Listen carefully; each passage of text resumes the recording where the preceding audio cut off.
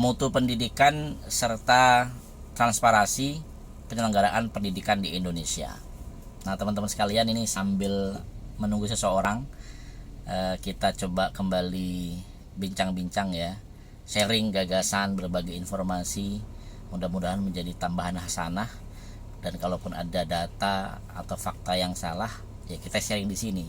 Karena saya meyakini dengan kita sharing gagasan, ide, ketika ada yang kita sampaikan kurang tepat atau datanya tidak pas, diklarifikasi. Ini adalah proses edukasi ya, penambah wawasan bagi siapa saja yang tentunya menonton, atau minimal saya pribadi sebagai pihak yang menyampaikan apa yang saya ketahui, apa yang saya rasakan, dan saya ingin sampaikan di kanal ini ya. Nah, teman-teman sekalian, ini kan sudah bulan Desember ya, tinggal beberapa pekan lagi kita akan menutup tahun 2023 ya.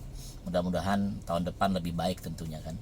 Nah, biasanya teman-teman sekalian, kalau sudah masuk akhir tahun, saya sempat singgung dalam satu tulisan ya, nanti di mungkin 4, 5 atau 6 bulan ke depan nih, perbincangan dunia maya, bahkan para tetangga di lingkungan saya itu pasti percakapannya adalah tentang tunggakan SPP, anaknya tidak boleh ngambil ijazah, apalagi hutang uang komite, hutang uang bangunan, yang itu menjadi satu percakapan ya, rumpian orang tua siswa setiap tahun. Tapi sepertinya tidak ada solusi ya, bukan tidak ada solusi, belum ada solusi terbaik untuk mengatasi atau menghentikan lah ya, seperti rumpian tahunan ya, kayak langganan rumpian, temanya selalu tadi uang komite, kemudian SPP, biaya bangunan khusus ya untuk sekolah-sekolah negeri di seluruh Indonesia. Tapi nanti kita akan coba bicara Lampung dan spesifik Bandar Lampung ya.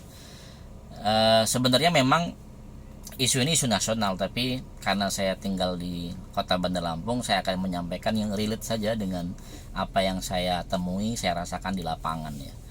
Nah, teman-teman sekalian, sebagai informasi, kalau kita mengutip data yang ada, sebenarnya kan pemerintah kita Indonesia nih ya, secara postur APBN telah menggelontorkan dana pendidikan besar loh, lebih dari 20% ya.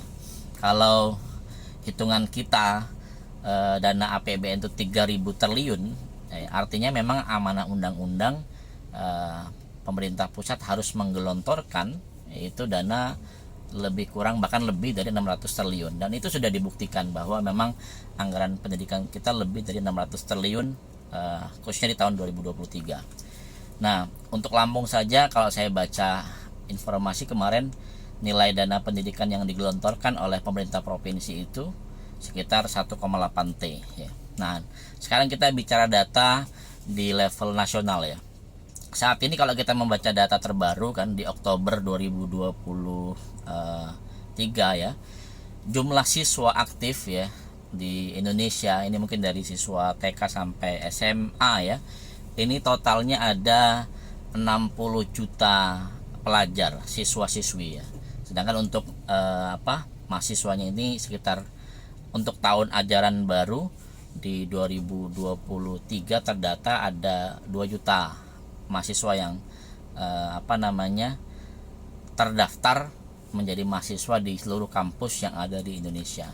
Nah, sebagai informasi, kalau 60 juta siswa siswi se-Indonesia ini tersebar ya di kurang lebih 340.000 lembaga pendidikan yang ada di Indonesia. Tapi yang miris memang jumlah guru teman-teman, karena jumlah guru kita ini masih sangat minim. Untuk menghandle 60 juta ini ternyata belum mencapai 4 juta guru ya, atau hampir mendekati ya. Sedangkan kalau kita mau bicara ideal di Indonesia, harusnya menurut beberapa pengamat dan mungkin pelaku pendidikan, idealnya itu harus ada 10 juta guru ya, yang mengabdikan dirinya untuk memberikan edukasi kepada pelajar siswa-siswi kita di Indonesia. Nah, teman-teman sekalian, sebenarnya kalau pakai hitungan sederhana orang awam ya, dengan anggaran 600 triliun setiap tahun, kita bicara tahun 2023 ya, harusnya ya, kalau kita pakai hitungan kalkulasi kasar ya, itu semua siswa bahkan mahasiswa se-Indonesia bisa digratiskan teman-teman, nggak ada lagi biaya. Contoh gini nih, saya kemarin sempat menghitung ya, sebenarnya kalau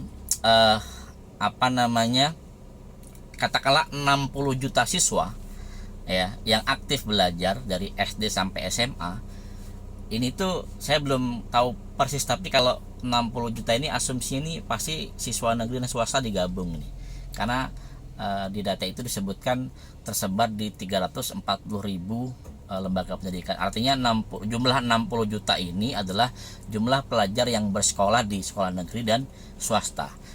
Kalau kita alokasikan saja teman-teman, ini 4 juta rupiah per tahun, nih kita pukul rata saja lah ya, 4 juta rupiah dikali 60 juta siswa, ini baru angkanya 240 triliun ya kan. Itu pertama. Yang kedua, jumlah mahasiswa kita anggaplah yang aktif saat ini ada 10 juta orang lah ya, yang baik itu semester 1 sampai semester lama ya, 10 juta mahasiswa.